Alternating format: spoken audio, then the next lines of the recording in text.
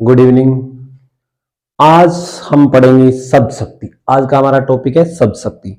शब्द शक्ति की परिभाषा, शब्द शक्ति के प्रकार। ज्यादातर स्टूडेंट्स की कंप्लेन आती है कि उसको शब्द शक्ति जो टॉपिक है वो हार्ड लगता है, लेकिन एक बार पढ़ने के बाद कुछ हद तक नहीं, बहुत हद तक आपके समझ में आ जाएगा। समस्या नाम की कोई चीज नहीं रहेगी। सबसे पहले तो हम परिभाषा को समझेंगे कि परिभाषा क्या होती है शब्द शक्ति। तो दोस्तों, परिभाषा होती है, पहले यह समझना है, शब्द शक्ति, शब्द की शक्ति। कौन सी शक्ति? शब्द में अंतर्निहित अर्थ को प्रकट करने की शक्ति। शब्द के दो अर्थ होते हैं, एक तो होता है शब्द का अर्थ, शब्द का अर्थ, और एक होता है शब्द में निहित अर्थ। निहित अर्थ, तो निहित अर्थ कौन सा होता है? जब वाक्य में प्रयुक्त होता है शब्द, तब उसका अंतर्निहित अर्थ है वो प्रकट होता है। ठीक है, तो परिभाषा में क्या कहेंगे कि शब्द में अंतर्निहित अर्थ को प्रकट करने की, शब्द में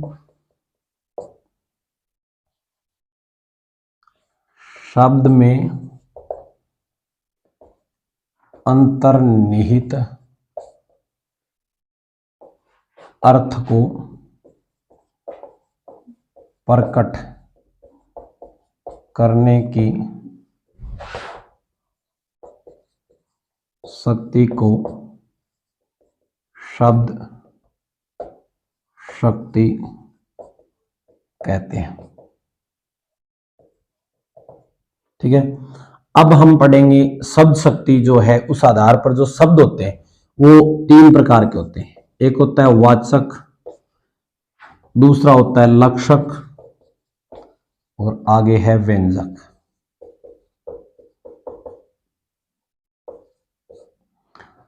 वाचक क्या होता है? जो वाच्यार्थ को, मुख्यार्थ को प्रकट करता है। लक्ष्यार्थ को प्रकट करता है वो लक्षक है, और व्यंग्यार्थ को प्रकट करता है वो व्यंजक है।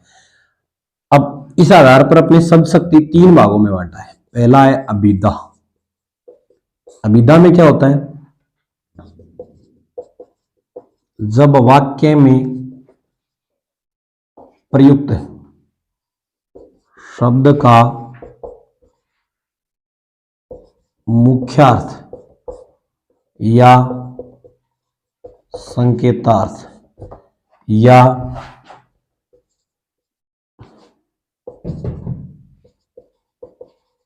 वाच्यार्थ या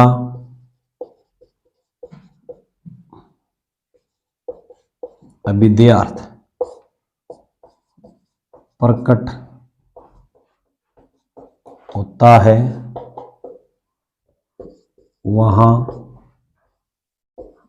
अभिधा शब्द शक्ति होती है।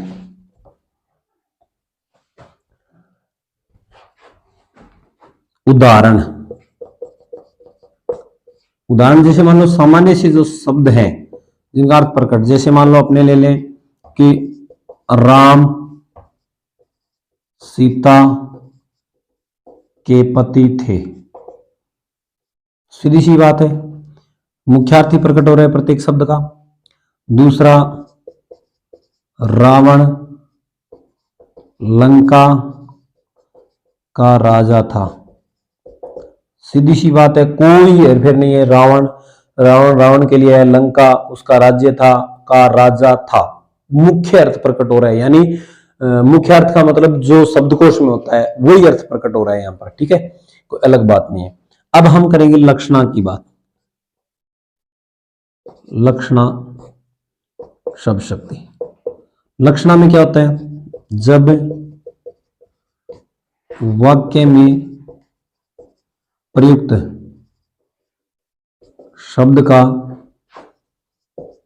मुख्यार्थ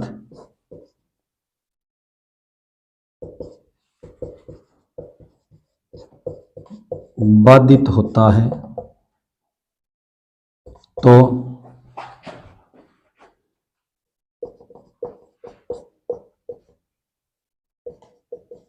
उसका लक्ष्यार्थ ग्रहण किया जाता है। वहां लक्षणा शब्द शक्ति होती है। ठीक है, अब देखो लक्षणा शब्द शक्ति होती है वो दो प्रकार की होती है। एक तो होती है प्रयोजनवती और दूसरी होती है रूढ़ा। रूढ़ा लक्षणा दो प्रकार की होती है, प्रयोजनवती और रूढ़ा। तो सबसे पहले बात है, शब्द में अंतर्निहित अर्थ को प्रकट करने की शक्ति को शब्द शक्ति कहते हैं। और शब्द शक्ति के जो शब्द होते हैं दो तीन प्रकार के होते हैं, वाचक, लक्षक और व्यंजक। कहने का मतलब अंतर्निहित अर्थ को प्रकट करने वाले जो शब्द होते हैं वो तीन प्रकार के होते हैं। ठीक है, अब सबसे पहले अभिधा की बात करें कि जब वाक्य में प्रयुक्त शब्द का मुख्यार्थ यानी जो शब्दकोश में और संकेतार्थ यानी शब्द पढ़ते ही जिस और संकेत करता है वो, वाच्यार्थ यानी वाचन करते या पढ़ते ही जो अर्थ प्रकट होता है, अभिधार्थ मानी अभीष्ट अर्थ जो प्रकट होता है वह अभिधा शब्द शक्ति होती है। एक एक शब्द का अभीष्ट अर्थ है, राम का, सीता के पति थे, कोई अन्य अर्थ नहीं है। जो शब्द है जिसलिए बना है वही अर्थ हो रहा है, वो इसमें हो रहा है दूसरे में। अब इसमें क्या है कि जब वाक्य में प्रयुक्त शब्द का मुख्यार्थ यानी ये अर्थ जो मुख्यार्थ, संकेतार्थ, अभिधार्थ और वाच्यार्थ है वो बाधित होते हैं। यानी बाधित होने का मतलब क्या होता है कि इन अर्थ निकलने में कोई न कोई बाधा आती है, तो वहां पर उसको यानी मुख्यार्थ को छोड़कर लक्ष्यार्थ ग्रहण कर लिया जाता है। और वहां पर कौन सी शब्द शक्ति होती है? लक्षणा। अब मुख्यार्थ दो तरीके से ग्रहण किया जाता है, या तो उसका कोई प्रयोजन होता है, प्रयोजन का मतलब होता है मंतव्य। ठीक है, मंतव्य मतलब मन की भावना होती है अपने की भी इस तरह से मान लेना चाहिए मंतव्य वो। और एक रूढ़ा, रूढ़ा का मतलब होता है परंपरा से, पुराने समय से जो चले आ रहे हैं उन अर्थों के लिए शब्द का प्रयोग जो किया जाता है वो होती है रूढ़ा लक्षणा। ठीक है, तो अब हम आगे पढ़ेंगे प्रयोजनवती और रूढ़ा लक्षणा के प्रकार, जो मतलब लक्षणा के प्रकार प्रयोजनवती और रूढ़ा ये क्या होती है, इनके उदाहरण के द्वारा हम समझेंगे।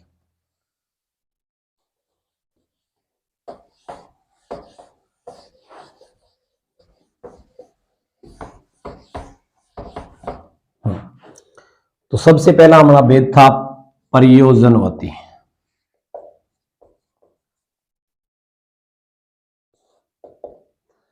प्रयोजनवती में क्या होता है, जब किसी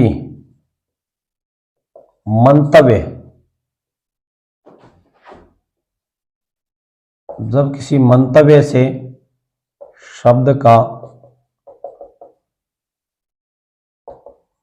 लक्ष्यार्थ ग्रहण किया जाता है वहां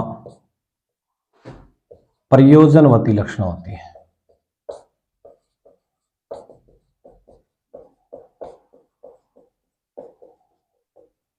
ठीक है, अब उदाहरण देखेंगे। उदाहरण जैसे एक उदाहरण आता है, आप तो बड़े हरिश्चंद्र बनते हो। अब यहां क्या हरिश्चंद्र बनते हो, हरिश्चंद्र बनने का मतलब ये नहीं है कि भाई वो हरिश्चंद्र राजा बन जाएगा। हरिश्चंद्र बनने का मतलब है कि वो सत्यवादिता का प्रतीक यानी सत्यवादी बनना चाहता है। तो यहां हरिश्चंद्र के संदर्भ में मंतव्य है सत्य बोलना या सत्यवादी होना। ठीक है, अब जैसे दूसरा उदाहरण अपने देखें,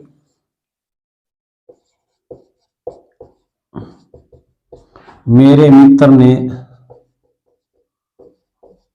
ताजमहल बनाया। अब यहां ताजमहल का मतलब ये नहीं कि ताजमहल बनाया, मकबरा बनाया, ये नहीं है। ताजमहल का मतलब है ताजमहल के समान सुंदर इमारत बनाई है। तो इस ताजमहल का अर्थ है, मंतव्य ये है सुंदरता से। ठीक है, तो इसी प्रकार से कोई न कोई मंतव्य जो होता है उस मंतव्य के आधार पर यहां क्या होता है, मतलब अर्थ लिया जाता है। जैसे मान लो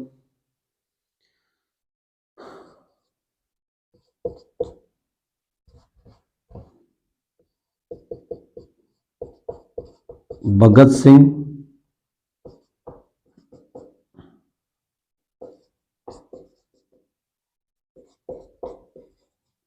पंजाब के शेर थे। अब देखो भगत सिंह जो थे वो सरदार भगत सिंह पंजाब के थे, लेकिन पंजाब के शेर होने का मतलब है कि वहां के बहादुर थे। शेर का मतलब होता है बहादुर, ठीक है, बहादुर यानी वीर। तो इन शेर का मानने का मतलब मंतव्य ये बहादुरी, ठीक है।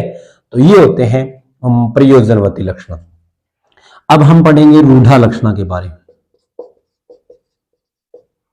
रूढ़ा लक्षणा, जब शब्द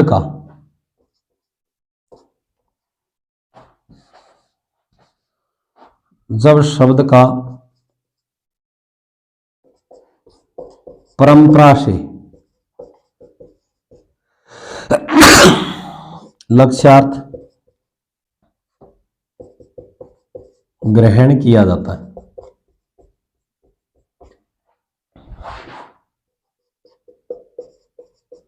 वहां रूढ़ा लक्षणा होती है, ठीक है। अब देखो हम उदाहरण की बात करेंगे।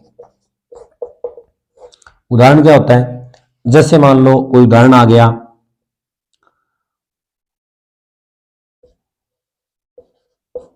दृश्य को देखने के लिए सारा शहर उमड़ पड़ा। अब देखो, दृश्य को देखने, कोई सुंदर दृश्य था या हो सकता है कोई आश्चर्यजनक दृश्य था, उसको देखने के लिए सारा शहर उमड़ पड़ा। तो यहां सारे शहर का मतलब है सारे शहर के लोग उमड़ पड़े। शहर तो निर्जीव वस्तु है, वो उमड़ नहीं सकती। तो यह सारे शहर का संदर्भ हुआ किससे? शहर के लोगों से। जैसे हम कहें लाल पगड़ी जा रही है, लाल पगड़ी जा रही है मतलब लाल पगड़ी थोड़ी जा रही है। लाल पगड़ी का मतलब हो गया लाल पगड़ी को बांधे हुए कोई व्यक्ति जा रहा। अब जैसे मान लो खाकी वर्दी जा रही है, तो यहां खाकी वर्दी का मतलब हो गया पुलिस से, ठीक है, कि खाकी वर्दी को पहने हुए कोई आदमी जा रहा है, खाकी वर्दी नहीं जा रही है, ठीक है। ये हो गई परंपरा से चले आ रहे जो व्यंग्या लक्ष्यार्थ है वो। तो ये हो गई रूढ़ा लक्षण, ठीक है, समझाएगा। अब देखो आगे हम पढ़ेंगे लक्षणा व्यंजना, व्यंजना और व्यंजना के भेद।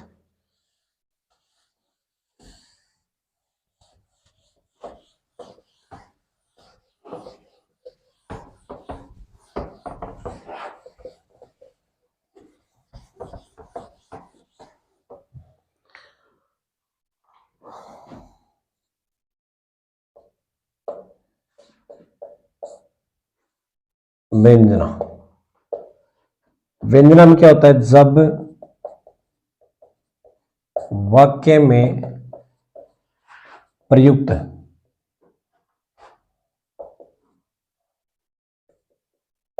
शब्द का मुख्यार्थ और लक्ष्यार्थ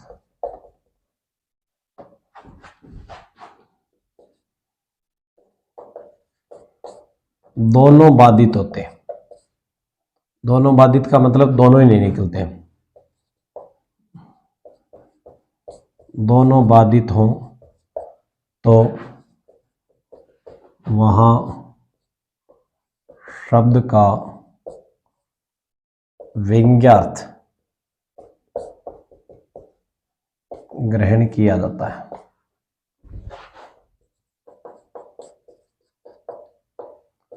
वहां व्यंजना शब्द शक्ति होती है,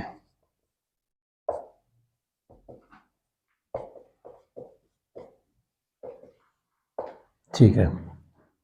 व्यंजना शब्द शक्ति दो प्रकार की होती है, एक तो होती है शाब्दिक व्यंजना। शाब्दिक व्यंजना में क्या होता है, जब वाक्य में अनेकार्थक शब्दों का प्रयोग किया जाता है,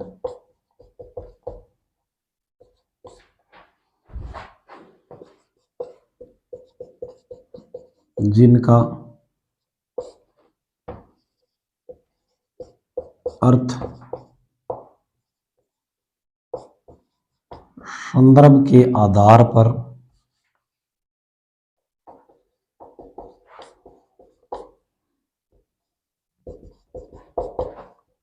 अलग अलग लिया जाता है।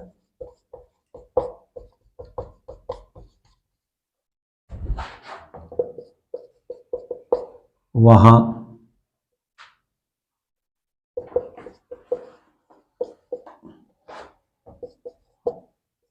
शाब्दिक व्यंजना होती है। अब यहां क्या है कि वाक्य में अनेकार्थक शब्दों का प्रयोग किया जाता है और अलग अलग संदर्भ में इसका अलग अलग अर्थ लिया जाता है। अब जो अनेकार्थक शब्द आएगा उसको हटा करके उसकी जगह अगर पर्यायवाची शब्द रख देंगे ना, तो यहां पर व्यंग्यार्थ जो है ना वो नष्ट हो जाएगा। जैसे उदाहरण देखो अपने,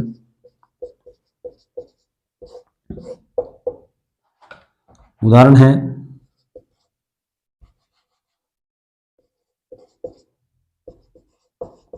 चिरंजीवो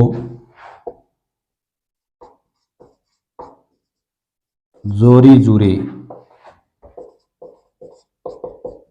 क्यों ने स्नेह गंभीर को घटी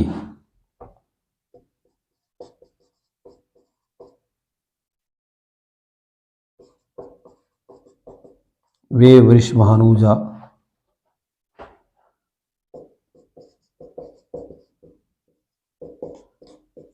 ये हलदर के वीर।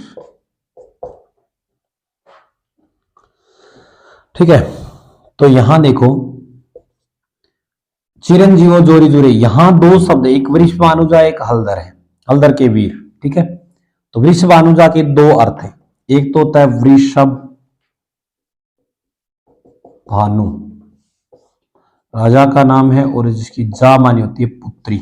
वृषभानु प्लस जा मानी वृषभानु की पुत्री और जिसका नाम था राधा।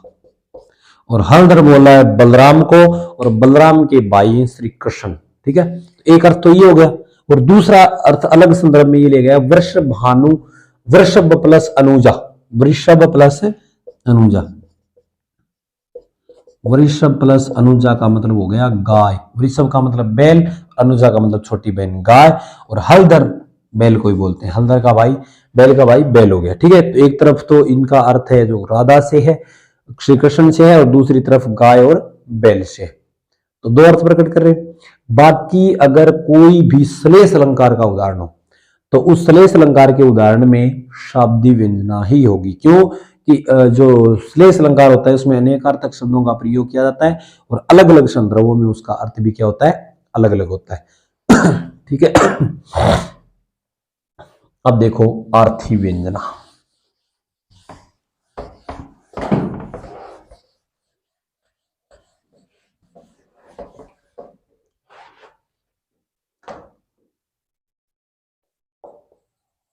आर्थी व्यंजना, आर्थी व्यंजना में क्या होता है, जब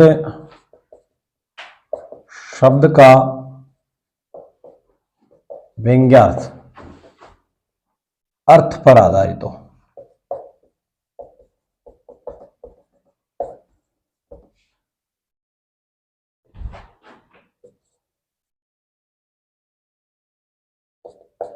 वहां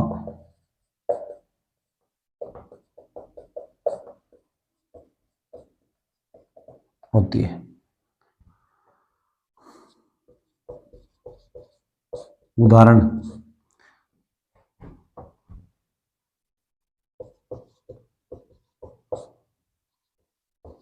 अबला जीवन हाय तुम्हारी यह कहानी,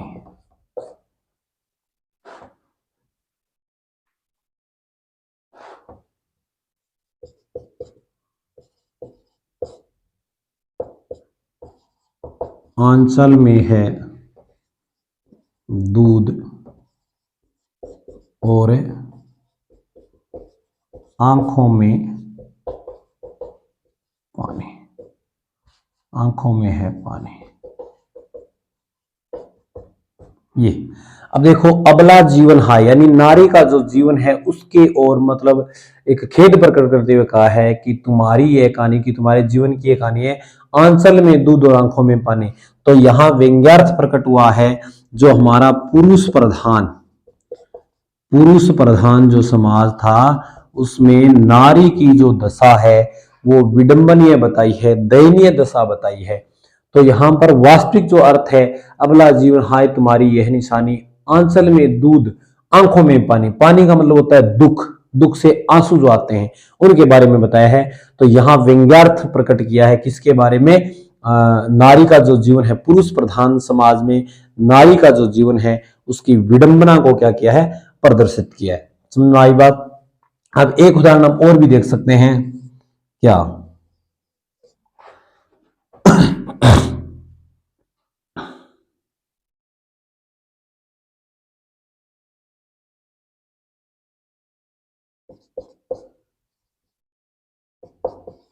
इस देश में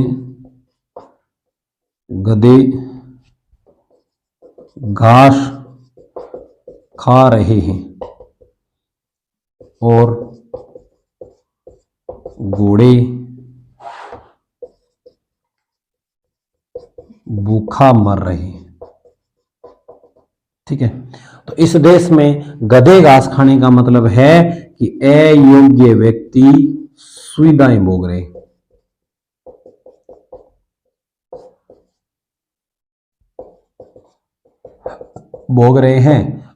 और घोड़े भूखा मरने का मतलब है कि योग्य व्यक्ति जो हैं उनको सुविधाएं नहीं मिल रही।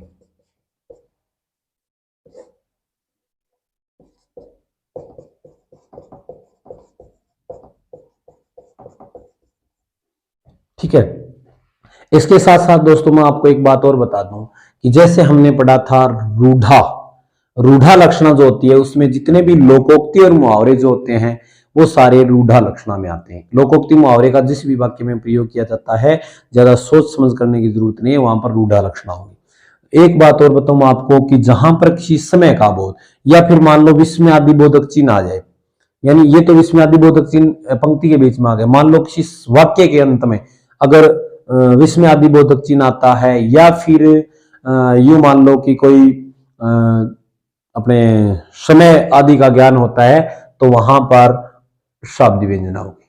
क्यों कि इसमें क्या होता है कि शब्द पर आधारित, जैसे समय का ज्ञान की बात करें तो जैसे कि पंडित जी ने कहा शाम के 5 बज गए, तो 5 बजने का अलग अलग अर्थ होता है।